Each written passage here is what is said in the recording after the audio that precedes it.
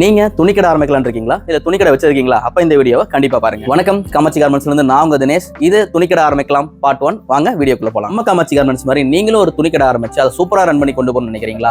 அப்ப இந்த triple B மெத்தடை யூஸ் பண்ணுங்க. ட்ரிபிள் பி மெத்தட் அப்படின்னா என்னன்னு பாத்தீங்கன்னா ப்ராடக்ட், பர்ச்சேஸ், பிளேஸ்மெண்ட் இந்த மூணுமே சேர்ந்ததுதான் ட்ரிபிள் பி மெத்தட். இந்த வீடியோல நம்ம ஃபர்ஸ்ட் ப்ராடக்ட்டை பத்தி பார்க்கலாம். ஸோ ப்ராடக்ட் அப்படின்னு எடுத்துட்டீங்கன்னா மார்க்கெட்ல நிறைய டைப் ஆஃப் ப்ராடக்ட்ஸ் இருக்கு. எக்ஸாம்பிளுக்கு men's wear, kids wear, women's wear, இந்த மாதிரி நிறைய டைப் ஆஃப் ப்ராடக்ட் இருக்கு.